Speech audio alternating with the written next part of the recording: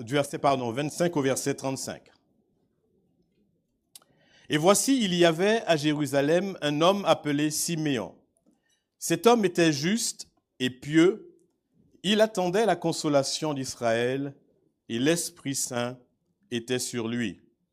Il avait été divinement averti par le Saint-Esprit qu'il ne mourrait point avant d'avoir vu le Christ du Seigneur. Il vint au temple poussé par l'Esprit.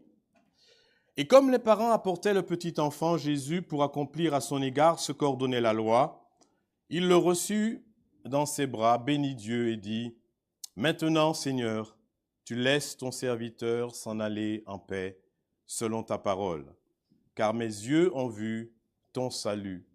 Salut que tu as préparé devant tous les peuples, lumière pour éclairer les nations et gloire d'Israël, ton peuple. » Son père et sa mère étaient dans l'admiration des choses qu'on disait de lui.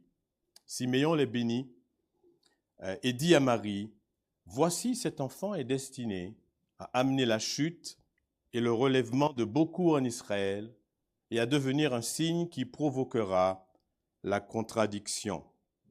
Et toi-même, une épée te transpercera l'âme afin que les pensées de beaucoup de cœurs soient dévoilées. » Il est clair que le message de Siméon, ce n'est pas lui, ce n'est pas sa sciatique, ce n'est pas sa vieillesse, je ne pense même pas qu'il portait des lunettes à cette époque, mais le cœur de son message, c'est le salut de Dieu, c'est ce qu'il dit. Et il veut que nous ayons nos regards fixés sur le salut de Dieu. Tout ce qu'il exprime et qui concerne lui-même, il dit « Mes yeux ont vu ton salut ». Tout ce qu'il exprime concernant Marie, tout ce qu'il exprime un peu plus tard concernant les autres qui vont rencontrer Jésus-Christ, toutes ces choses sont en rapport avec le salut de Dieu.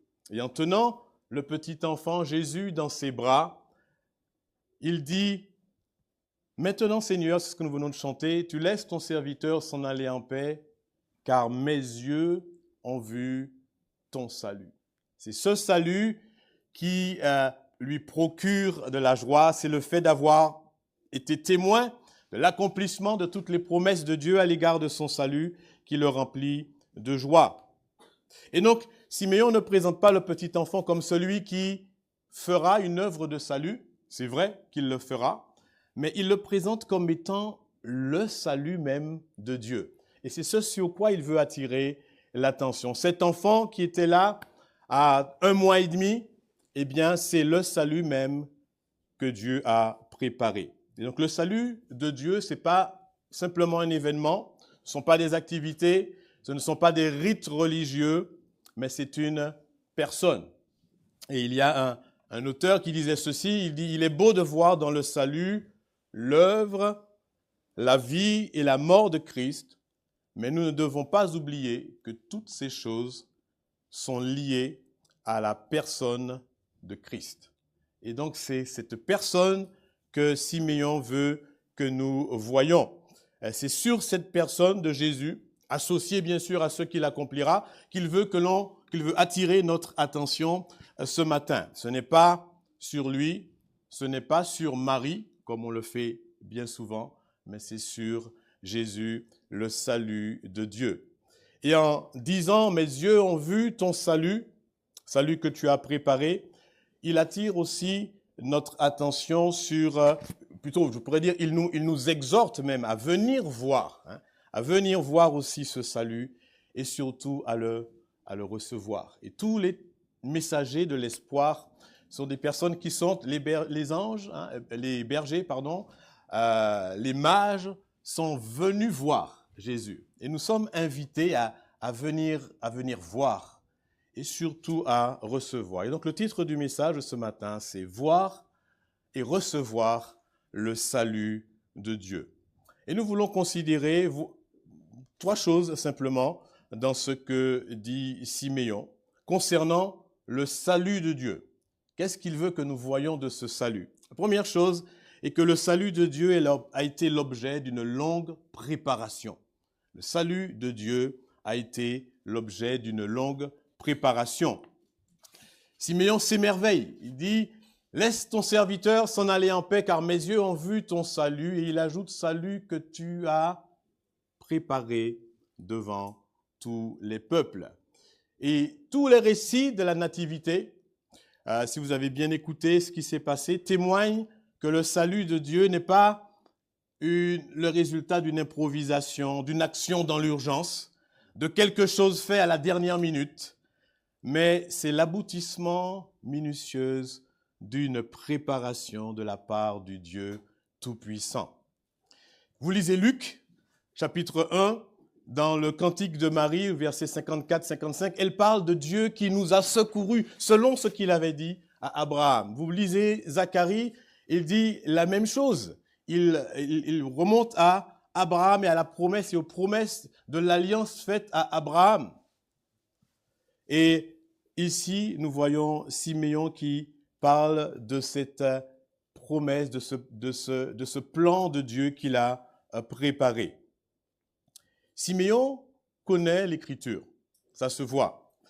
Quand il parle du salut que tu as préparé, il a sans doute en tête tous les textes de l'Ancien Testament et tout ce qui est dit à propos de ce Messie qui doit venir. Depuis la Genèse 3 et au verset 15, où Dieu fait la promesse déjà d'envoyer cette postérité de la femme qui écrasera la tête du serpent. Donc, Siméon connaît cela. Il connaît les promesses faites aux patriarches. Il connaît la loi donnée à Moïse. Il connaît tout le système sacrificiel qui a été mis en place et qui préfigurait la venue, le sacrifice de Christ. Il connaît l'époque des juges. Il connaît l'histoire des rois et les prophéties des prophètes, et particulièrement le prophète Ésaïe, qu'il cite beaucoup. Et il connaît, bien entendu, les dernières paroles du prophète Malachie qui disait ceci: « Voici, j'enverrai mon messager, il préparera le chemin devant moi, et soudain entrera dans son temple le Seigneur que vous cherchez, et le messager de l'alliance que vous désirez. Voici, il vient, dit l'Éternel des armées. » Quand Siméon est dans le temple, c'est cette parole qui s'accomplit. Le Seigneur entre dans son temple. Et Siméon peut s'exclamer: « Maintenant, Seigneur, tu laisses ton serviteur s'en aller en paix, car mes yeux ont vu ton salut, le salut que tu as préparé. Le salut que tu as préparé. » Et tout cela, pour lui, c'était la préparation de Dieu jusqu'à ce que Jésus vienne. Et la Bible parle ainsi partout, que Dieu a préparé des choses.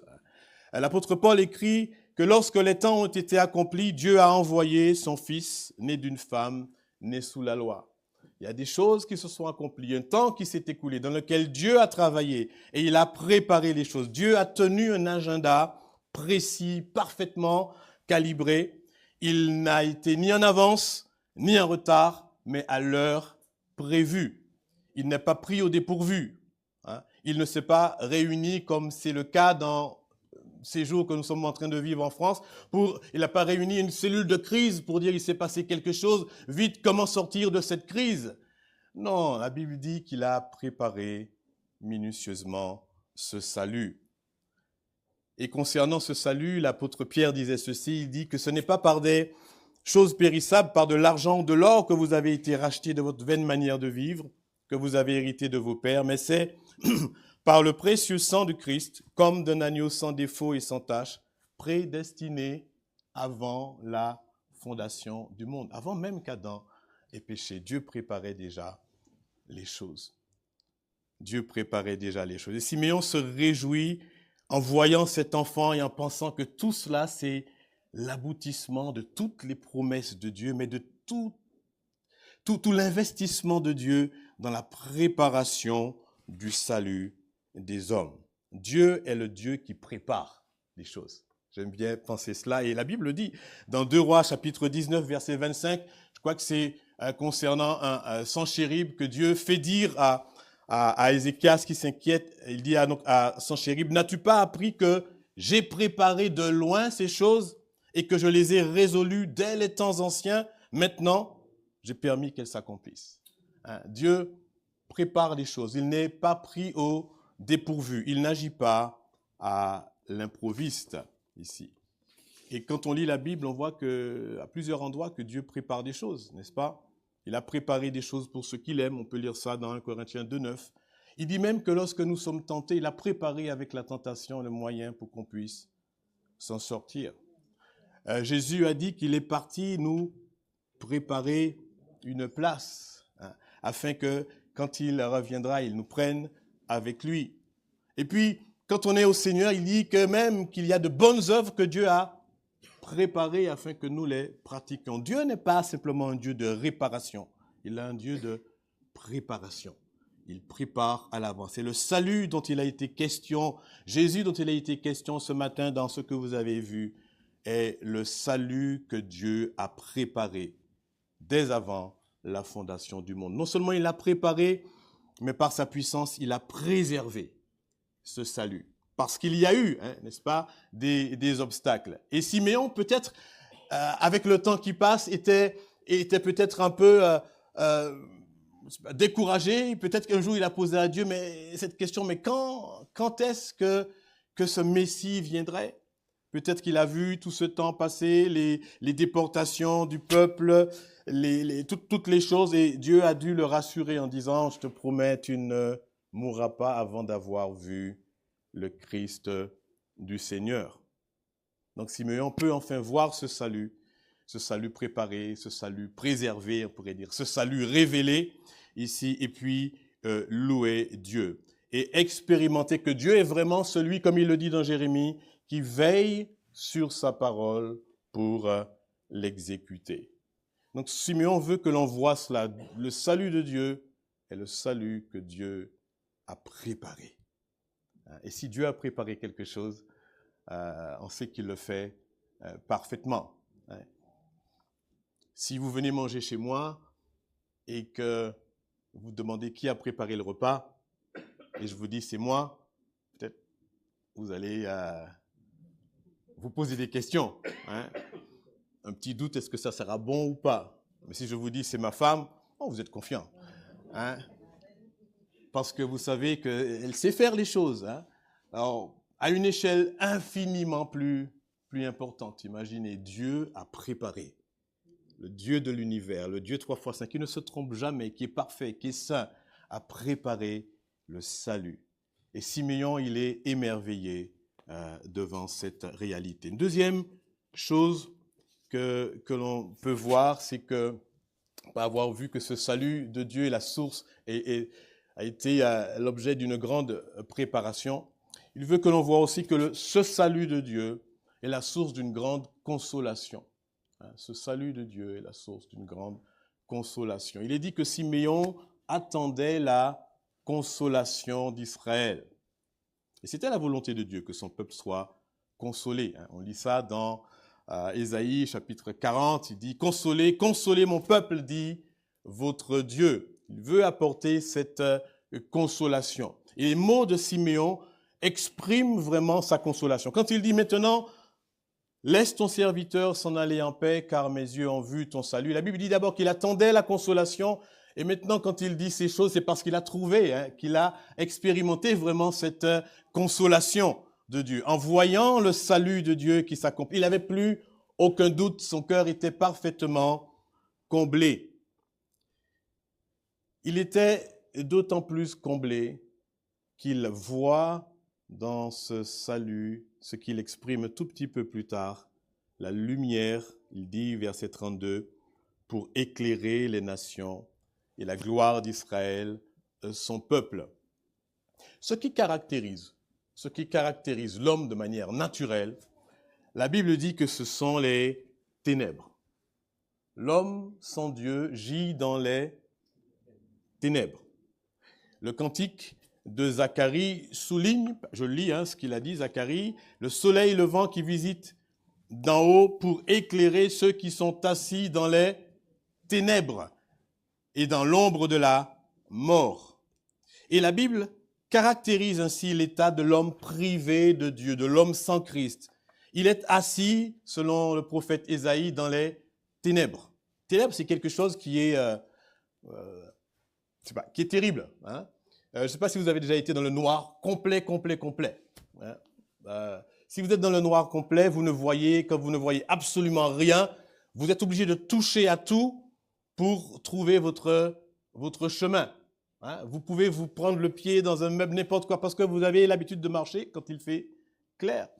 Et pour vous donner une image de ce que c'est, dans l'histoire du peuple d'Israël, il est raconté dans Exode chapitre 10, quand il y a eu d'épaisses ténèbres sur le pays d'Égypte. Vous vous rappelez cela? Exode 10, je lis, hein, il dit « Moïse étendit sa main vers le ciel et il y eut d'épaisses ténèbres dans tout le pays d'Égypte pendant 3 jours.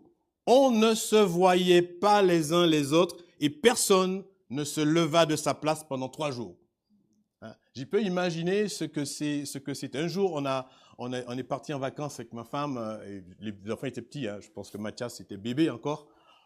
Et puis on a pris des vacances à la dernière minute parce que voilà, c'est pas pourquoi, mais on est parti en Vendée. Et puis comme il n'y avait plus de place nulle part, alors on a trouvé une petite caravane dans un fond de jardin de quelqu'un quelque part à côté d'un comment dirais-je, d'un parc à animaux, etc. Il y avait des bœufs, des porcs, etc. Bon, mais c'était pas mauvais quand même. Hein. Mais ce ce avec quoi on n'était pas habitué, c'était la nuit profonde, en pleine campagne. Et donc, le soir, à un moment donné, j'ai voulu sortir pour aller aux toilettes qui étaient à côté de là où se trouvaient les animaux. Et en sortant de la caravane, je ne voyais rien, mais absolument rien. Et je ne savais pas comment j'avais pas repéré où se trouvaient les choses, comment trouver. Donc, il a fallu revenir chercher quelque chose qui pourrait éclairer et pour pouvoir voir le chemin. Et je peux imaginer ici ce que c'est quand la Bible dit que ces hommes étaient figés pendant 3 jours. Eh bien, spirituellement, c'est ainsi que l'on est aussi. Figés dans les ténèbres, sans lumière. Bien sûr, on bouge, on va au travail, on fait toutes ces choses, mais par rapport à Dieu, par rapport à la connaissance de Jésus-Christ et de la vérité, on est figé, on ne peut plus bouger, on est dans les ténèbres, on ne peut rien faire. Et c'est ainsi que les hommes qui ne connaissent pas Christ sont qualifiés. Le Saint-Esprit les décrit comme ceci, il dit qu'ils ont connu Dieu, ils ne l'ont point glorifié comme Dieu, et ils ne l'ont point rendu grâce, et ils se sont égarés dans leurs pensées, et leur cœur sans intelligence a été plongé dans les ténèbres. Et voici comment la Bible décrit ceux qui ne connaissent pas Dieu. Non seulement les hommes sont dans les ténèbres, mais il y a un verset qui dit qu'ils sont ténèbres. Autrefois, vous étiez ténèbres, pour montrer à quel point, à quel état se trouve le cœur de l'homme qui ne connaît pas Dieu. Alors bien sûr, cela peut vous sembler un verdict un peu exagéré, ou du moins, vous dites peut-être c'était pour une autre époque. Après avoir vécu le XVIIIe siècle, le siècle des Lumières, comme on a dit, où la raison a pris beaucoup de place pour chasser l'obscurantisme religieux. Hein. C'est assez paradoxal parce que la Bible dit que sans Christ, on est dans l'obscurité. Mais les hommes disent qu'avec notre raison, on se débarrasse de l'obscurité de la Bible. Eh bien, non. Peut-être vous dites, n'est-ce pas l'intelligence humaine qui a amené tous les progrès que nous connaissons aujourd'hui? La médecine a fait de grands progrès, etc. Oui, toutes ces choses sont vraies. L'Écriture ne conteste pas cela. Mais elle dit que l'intelligence qui consiste à connaître Dieu, l'intelligence qui permet d'être sauvé, d'être libéré du jugement qui pèse sur l'homme pécheur, il dit que celle-là, elle est obscurcie et que l'homme sans Christ est plongé dans les ténèbres. Alors, Siméon, en s'inspirant des paroles du prophète Ésaïe, quand il prend cet enfant dans ses bras, il dit « Mes yeux ont vu le salut que tu as préparé dès avant la fondation, devant tous les peuples. » Et il dit « Salut, lumière pour éclairer les nations. » Et c'est en cela que c'est une grande consolation. Parce que le problème le plus terrible de l'homme, c'est qu'il est dans les ténèbres et ce dont il a le plus besoin, c'est de la lumière. Il ne peut pas chercher tout seul cette lumière. Cette lumière doit venir à lui. Et la Bible dit que la lumière est là, lui, dans les ténèbres. Et Siméon est émerveillé dans une adoration profonde face à Dieu quand il considère ces choses. Quand il pense aux paroles du prophète, quand il voit ce que Dieu a réalisé, il se dit, maintenant Seigneur, tu laisses ton serviteur s'en aller en paix, car mes yeux ont vu ton salut que tu as préparé devant tous les peuples, lumière pour éclairer les nations. Le salut de Dieu, c'est la source d'une grande consolation parce qu'il apporte une lumière puissante. La lumière est venue à lui dans les ténèbres. La Bible dit, et les ténèbres, ne l'ont point reçu. Ça ne veut pas dire que les ténèbres l'ont rejeté. Le sens ici, c'est que les ténèbres n'ont pas réussi à vaincre la lumière. C'est le mot qui est traduit par point reçu ici. Ça nous trompe un peu. Mais par exemple, si vous lisez le verset traduit dans la Bible Semeur, ils ont tenu compte de ce sens de manière plus forte et ils disent « La lumière brille dans les ténèbres et les ténèbres ne l'ont pas étouffée. » C'est une lumière puissante que Dieu a envoyée en la personne de Jésus-Christ. Ainsi, Jean exprime que les ténèbres n'ont pas vaincu, n'ont pas étouffé cette lumière. Et c'est pour cela que c'est une grande consolation. Le salut de Dieu est source de grande consolation aussi on pourrait dire par son étendue ici. La lumière n'est pas restreinte au peuple d'Israël, simplement. Elle est pour toutes les nations. C'est ce que dit Siméon ici. Lumière pour éclairer les nations, c'est-à-dire tous ceux qui ne sont pas simplement peuple d'Israël. Vous et moi aussi. Cette lumière est pour nous éclairer. Et en cela, il cite le prophète Ésaïe, 49, verset 6, que je vous cite. Il dit, c'est peu que tu sois mon serviteur pour relever les tribus de Jacob. C'est comme si Dieu dit à son serviteur, tu vas relever les tribus de Jacob. Mais ça, c'est peu de choses pour toi.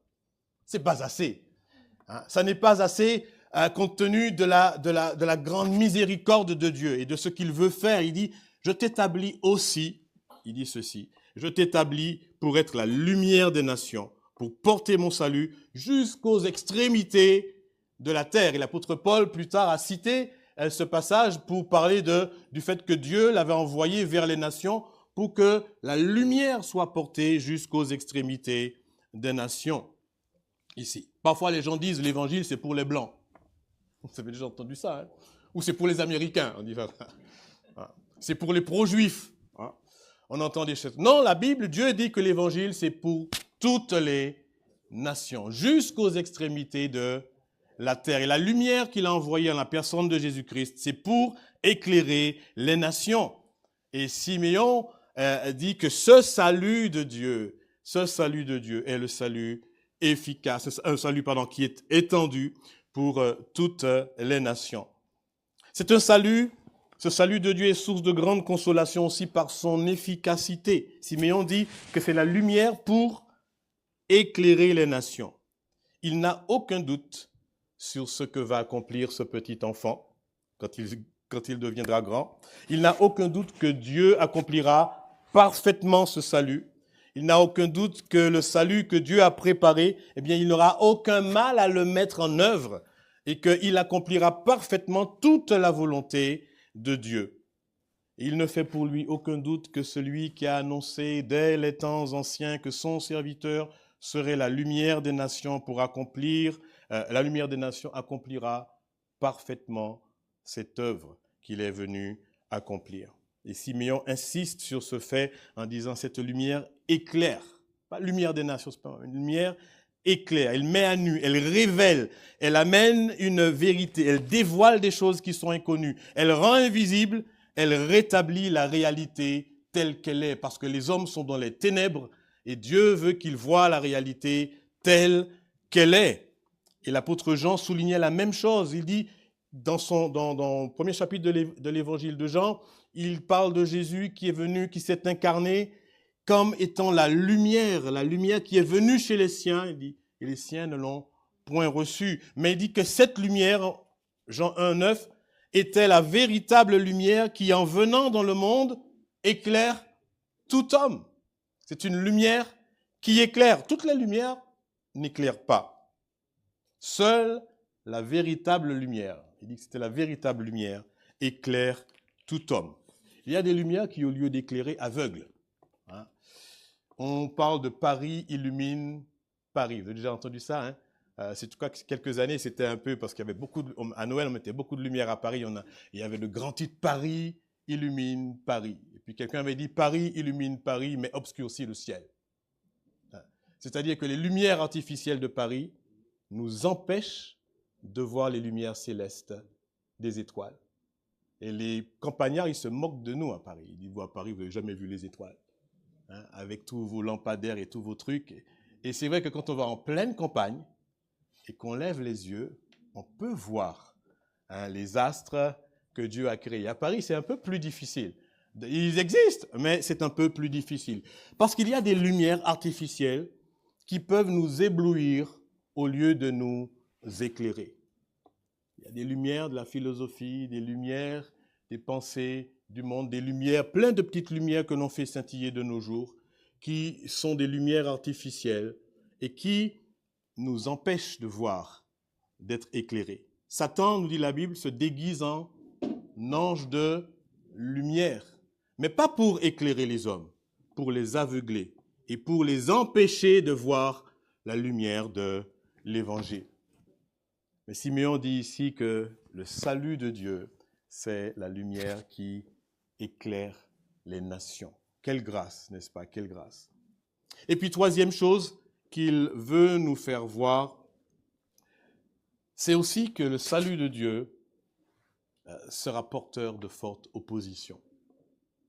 Salut qui a été l'objet d'une grande préparation, salut qui est source d'une grande consolation, mais aussi, il souligne que ce salut sera porteur de forte opposition. Regardez ce qu'il dit au verset 34 et 35. Siméon les bénit et il dit à Marie, sa mère, alors Marie et Joseph sont, nous dit la Bible, dans une grande admiration de ce qu'on dit de Jésus, et c'est normal. Mais tout de suite, Siméon parle à Marie et il dit, cet enfant est destiné à amener la chute et le relèvement de plusieurs en Israël et à devenir un signe qui provoquera la contradiction. Et toi-même, une épée te transpercera l'âme afin que les pensées de beaucoup de cœurs soient dévoilées. Il ne veut pas que Marie reste dans la confusion ou dans la méconnaissance au sujet de ce qui arrivera plus tard. Il prépare déjà et certainement, on peut penser au fait que Christ sera crucifié quelques années plus tard. Et donc, Siméon parle de toutes ces choses à Marie. Mais il dit d'abord que c'est le dessein de Dieu qu'il y ait une forte opposition concernant le salut de Dieu. Il dit, cet enfant est destiné à la chute et au relèvement. Et destiné par qui? Destiné par Dieu, à être un signe de contradiction ici. Dans la version d'Arby, il est dit comme ça, Siméon les bénit et dit à sa mère, voici celui-ci est mis pour la chute et le relèvement de plusieurs en Israël, et pour un signe que l'on contredira. Cela vient de Dieu. D'autres passages disent comme ça dans la Bible, mais cela vient de Dieu. C'est dans son dessein qu'il en soit ainsi, et il en sera ainsi. En Ésaïe 8, verset 13, nous lisons, l'Éternel des armées dit, voici qui vous devez sanctifier. C'est lui que vous devez craindre et redouter. Il parle de Dieu, il dit, il sera un sanctuaire, mais aussi une pierre d'achoppement et un rocher de scandale. Et Jésus est présenté souvent comme un rocher de salut, mais aussi comme un rocher de scandale. Il est donné pour relever, mais aussi il causera la chute. Voici, cet enfant est destiné à amener la chute et le relèvement. Et quand on lit l'histoire de Jésus dans les évangiles, on est frappé par l'opposition, les contradictions, tout ce qu'il y a eu contre sa personne. Souvenez-vous déjà, Hérode a fait tuer tous les bébés, n'est-ce pas, de 2 ans et moins pour espérer tuer Jésus dans son bas âge. Et puis vous pouvez, en lisant la Bible, voir toutes les altercations qu'il y a eu entre Jésus et les Juifs à son époque. L'Épître aux Hébreux dit, considérez celui qui a supporté contre sa personne une telle opposition de la part des pécheurs. Il a été un signe d'opposition. Jésus a suscité l'affection d'une part et l'aversion de d'autre part. À la fin du livre des Actes, l'apôtre Paul rencontre des chrétiens à Rome et puis ils organisent une rencontre et ces Juifs disent à Paul, nous voudrions apprendre de toi ce que tu penses, car nous savons que cette secte, il parlait de l'évangile, que cette secte rencontre partout de l'opposition. Et puis Paul leur parle, la Bible dit, du matin jusqu'au soir. Et ça se termine comme ça. Il dit, les uns furent persuadés par ce qu'ils disaient, et les autres ne crurent point. Voyez, relèvement et chute. Dès que l'évangile pénètre quelque part, il y a inévitablement ces deux choses qui apparaissent. Jésus lui-même a dit, pensez-vous que je sois venu apporter la paix sur la terre? Il dit non, je vous le dis, mais la division. Alors ça paraît paradoxal parce que les anges ont chanté paix sur la terre et bienveillance aux hommes qui l'agréent, n'est-ce pas? Et Siméon dit, je peux m'en aller maintenant en paix. Mais Jésus, lui, il dit, je ne suis pas venu apporter la paix. Il faut bien comprendre ce que ça veut dire. Bien sûr, il y a une paix qu'il vient apporter. C'est la paix avec Dieu, ici. Mais il est en train de dire que quand l'évangile va pénétrer, inévitablement, il y aura des divisions. Ce ne sera pas la paix entre, il l'ajoute, dans une maison. Il dit, dans une maison, 5 seront divisés, 3 contre 2, 2 contre 3, le père contre le fils contre le père, la mère contre la fille et la fille contre la mère, la belle-mère contre la belle-fille et la belle-fille contre la belle-mère. On trouve ça en Luc chapitre 12, versets 51 et 53. Il dit que c'est à cause de l'évangile. L'évangile, c'est un évangile de paix, mais il met les hommes devant un tel choix que ça divise. Ils sont obligés de prendre position. Christ ne laisse personne indifférent. C'est ce que Siméon dit, c'est ce que l'Évangile dit. On peut dire qu'il n'y a pas de neutralité quand on est face à l'Évangile de Jésus-Christ. L'Évangile du salut force tout homme à prendre position. Ça, c'est ce que Siméon souligne. Et même Marie n'est pas épargnée. Il dit, « Et toi, une épée te transpercera l'âme afin que les pensées de ton cœur, du cœur de beaucoup soient dévoilées. » Siméon avertit Marie qu'elle aussi connaîtra des souffrances, certainement qui culmineront lors de la crucifixion de Jésus-Christ. Mais déjà avant, dans le même chapitre 2, lorsque, vous savez, Jésus avait 12 ans, et puis ses parents partent, l'oublient, il est dans le temple, et puis après ils reviennent, 3 jours pour le chercher. Et Marie dit ceci à Jésus au verset 40, je vous lis au verset 48, et dit, quand il le retrouve dans le temple en train de discuter théologie avec les docteurs et tout cela, et il dit, quand ses parents le virent, ils furent saisis d'étonnement, et sa mère lui dit, « Mon enfant, pourquoi as-tu agi de la sorte avec nous? Voici, ton père et moi, nous te cherchions avec angoisse. » Imaginez des parents qui disent cela à leur enfant de 12 ans. Et puis, Jésus répond ici, « Pourquoi me cherchiez-vous? Ne savez-vous pas qu'il faut que je m'occupe des affaires de mon Père ?» Imaginez votre enfant de 12 ans qui vous dit ça. Vous l'aimez, vous l'avez porté, vous êtes dans l'angoisse, vous le retrouvez, et puis il vous dit, j'ai autre chose à faire, quoi. Un peu comme ça, presque, plus poliment, mais c'est pas... Il dit, je dois m'occuper des affaires de mon Père. Et je pense à Marie, une mère, d'avoir ce sentiment, ça doit être quelque chose qui... Peut-être que les paroles de Siméon, tout de suite, là, sont revenues. Et puis plus tard, on n'a pas le temps de lire tout cela, mais plus tard, à un moment donné, il est dit que Jésus est en train de parler, et puis il y avait beaucoup de monde, et sa mère et ses frères viennent, mais ils ne peuvent pas l'atteindre, et puis quelqu'un lui fait dire, « Ta mère et tes frères sont dehors, et ils t'attendent. » Et puis Jésus, il regarde la foule, et puis il regarde ses disciples, et puis il dit, « Qui sont ma mère et mes frères et mes sœurs ?» Et puis il regarde, il dit, « Voici ma mère. Voici mes frères, ceux qui font la volonté de mon Père, ce sont ceux-là, ma mère. » Et imaginez quelqu'un rapporte ça à Marie. Tu sais ce qu'il a dit, Marie? Il a dit que tu n'es pas sa mère. Il a dit que sa mère, ce sont ceux... Et c'est des paroles qui sont difficiles à supporter. Marie a dû garder certainement toutes ces choses dans son cœur. Et puis encore bien plus tard, à un moment donné, Jésus parle, et puis il y a une femme qui dit, « Oh, heureuse! Heureux le saint qui t'a porté. » Et puis Jésus dit, Heureux plutôt. Et d'autres textes disent heureux au contraire. Au contraire. Ceux qui, je crois qu'il dit, ceux qui font la volonté de mon Père et qui l'écoutent, quelque chose comme cela. J'ai paraphrasé un peu, oui. Mais pareil, imaginez que Marie entende ça et dit, pour tous ceux qui élèvent Marie à un rang extrêmement élevé, hein, alors Jésus ne dit pas qu'il faut respecter ses parents, mais il dit qu'il y a quelque chose de plus grand. Il y a quelque chose de plus grand. Il dit que même Marie, elle doit connaître aussi cette division, cette opposition, ces contradictions qui peuvent naître dès qu'il s'agit de considérer Jésus-Christ. Il est exigeant, Jésus-Christ. Il impose toujours dans les foyers, dans les maisons, la division parce qu'il impose un choix à faire chaque fois qu'on est en face de lui. Tout homme sera jugé selon les pensées de son cœur. Il dit, afin que les pensées de beaucoup soient dévoilées.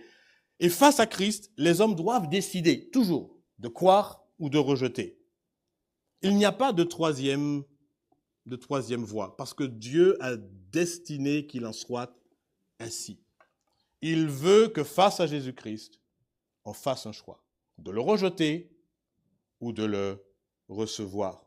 L'Évangile dévoile les pensées du cœur, parce que l'Évangile nous place face à Jésus-Christ et à son acceptation ou à son rejet. C'est ce que Jésus disait même à Nicodème.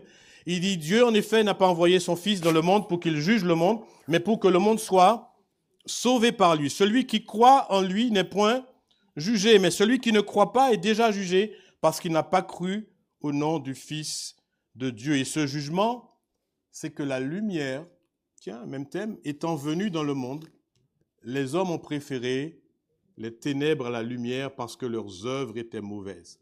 Car quiconque fait le mal, il hait la lumière, haïr, et ne vient point à la lumière, de peur que ses œuvres ne soient dévoilées. Et bon, Jésus dévoile les pensées du cœur. Donc finalement, quand on entend le message de l'Évangile, il dit, si l'on accepte, on reçoit ce message, eh bien, on reçoit Christ. Si on le rejette, eh bien, on a les pensées de notre cœur qui sont dévoilées. Et c'est par rapport à ces pensées de nos cœurs que nous serons jugés. On ne sera pas jugé par rapport au bien, est-ce qu'on a fait du bien, est-ce qu'on a aidé la vieille dame à transporter son caddie, etc. C'est de bonnes choses qu'il faut faire. Mais on sera jugé par rapport à la pensée du cœur qu'on a eue concernant celui qui est le salut de Dieu. Dieu demandera, qu'avez-vous fait de mon salut? Qu'avez-vous fait de mon salut? Je termine avec cela, chers frères et sœurs, chers amis. Le salut, Siméon veut que l'on voie ce salut de Dieu, n'est-ce pas? Mais on peut noter une chose déjà, c'est que le salut de Dieu se voit dans l'Écriture. Le salut de Dieu se voit dans l'Écriture. Tout ce que Siméon dit, ce n'est pas son cœur de poète qui a pensé à cela quand il a vu les yeux bleus de Jésus. Hein? Pas du tout. Pas du tout. Tout ce qu'il dit, ça vient de l'Écriture. C'est parce que son cœur est pétri de la parole de Dieu. Il connaît les textes, il cite le prophète Ésaïe, il fait référence à ce qui est dit concernant la chute et le relèvement. Et son cantique, son cri d'adoration ne sont que des paroles de l'Écriture. Et ce qu'il voit, Siméon, ce qu'il voit, ce n'est pas, quand il dit « mes yeux ont vu ton salut », ce n'est pas parce qu'il a vu quelque chose de particulier sur la morphologie de Jésus, mais c'est parce qu'il a cru à ce qui lui a été annoncé dans la parole de Dieu et dans les promesses de la parole de Dieu. Poussé par l'Esprit, c'est pas comment Dieu a fait les choses, mais poussé par l'Esprit, il a su que c'était cet enfant, il a cru. Il était ordinaire, il était comme les autres, peut-être qu'il ressemblait à un autre bébé d'à côté, mais il a cru que celui-là, c'est le salut de Dieu. Ce qu'il croit, ce qu'il voit, c'est ce qu'il a cru dans l'Écriture. Pour voir le salut de Dieu, il faut le recevoir par la foi. C'est parce que Siméon avait foi en Dieu qu'il a pu voir et recevoir cette promesse. « Laisse ton serviteur, dit-il, s'en aller en paix, selon ta parole. » Et cela lui apporte une quiétude face à la mort. Aujourd'hui, on essaye d'évacuer la mort par divers moyens. Mais c'est quelque chose qui nous trouble. Il n'y a pas très longtemps, il y avait des personnes chez nous et une question qui nous a été posée, c'est « Avez-vous peur de la mort ?» Moi, j'ai dit oui.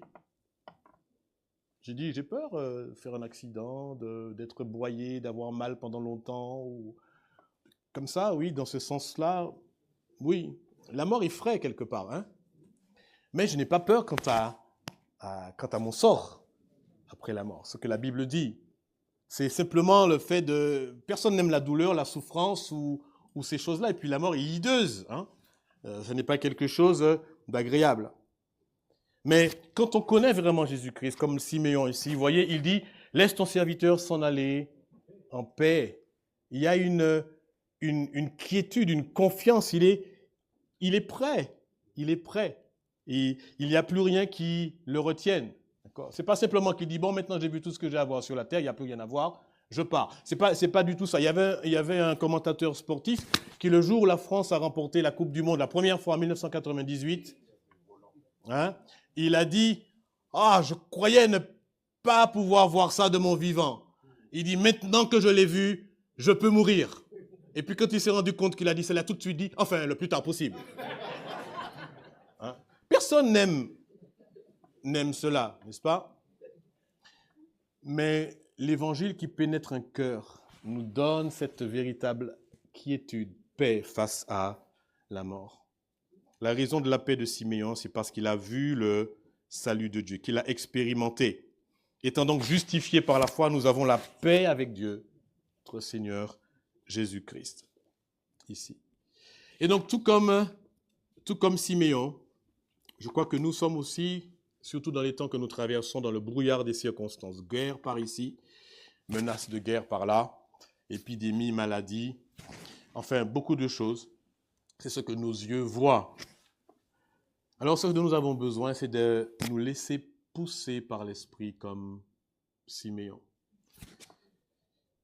Que le Saint-Esprit illumine nos yeux, les yeux de notre cœur, afin que nous puissions voir briller celui qui est la lumière du monde, afin que nos yeux voient le salut de Dieu, celui qui viendra une seconde fois pour apparaître à ceux qui l'attendent, dit la Bible. On l'a dit tout à l'heure, le pasteur l'a dit, Jésus, nous célébrons la venue de Jésus, la première venue de Jésus, mais en attendant sa seconde venue. Et la Bible dit, de même que Christ s'est offert une seule fois pour porter les péchés de plusieurs, il apparaîtra sans péché une seconde fois à ceux qui l'attendent pour leur salut. Ceux qui l'attendent comme Siméon avait attendu pour la promesse qui lui avait été faite. Alors la question c'est, l'attendez-vous comme Siméon? Pour pouvoir l'attendre comme Siméon, il faut le recevoir, il faut être prêt. Il dit qu'il est question de ceux qui l'attendent pour leur salut, pas pour espérer être sauvés le jour où il viendra, mais ils sont déjà à lui et ils l'attendent, ils aspirent à son retour. L'attente, l'espérance qui procure la joie, la paix, n'est pas celle de la fin de la guerre ou de l'épidémie ou de la maladie, mais c'est l'attente de celui qui est la consolation d'Israël et la lumière des nations.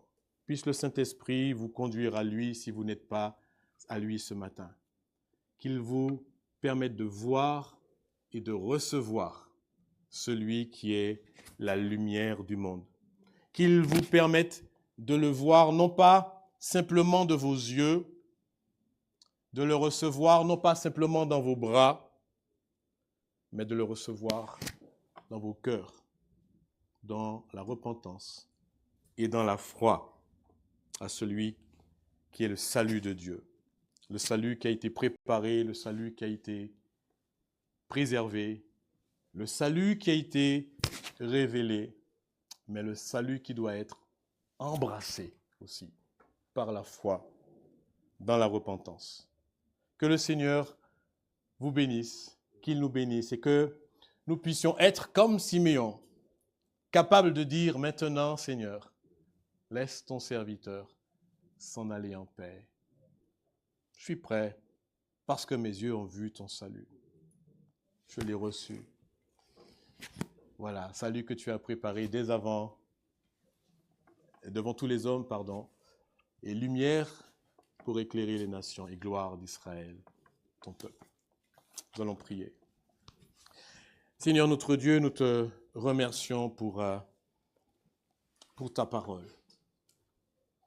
Je te prie que tu nous pousses comme Siméon vers cette parole, parce que c'est en elle que nous pouvons te trouver. C'est elle qui te révèle. Et nous te prions, Seigneur, que cette parole puisse être reçue aujourd'hui encore dans les cœurs et dans les vies. Nous te remercions pour le salut que tu as préparé, que tu as minutieusement préparé, que tu as établi, que tu as révélé. Nous te remercions pour cette consolation immense que tu nous as apportée, nous qui gisions dans les ténèbres du péché. Tu es venu, tu es intervenu, tu as éclairé nos ténèbres. Nous te louons pour cela. Et nous te prions, Seigneur Dieu, pour que tu agisses dans nos cœurs, afin que notre attitude ne soit pas une attitude d'opposition face à cette lumière, mais d'acceptation. Que tu inclines nos cœurs, que tu les façonnes pour te recevoir aujourd'hui. Je te prie pour chacun d'entre nous, pour les personnes ici, dans cette salle, que tu fasses toi-même ton œuvre dans leur cœur, que tu attires, que tu sauves, que tu réconfortes, que tu éclaires pour la gloire de ton nom. Amen.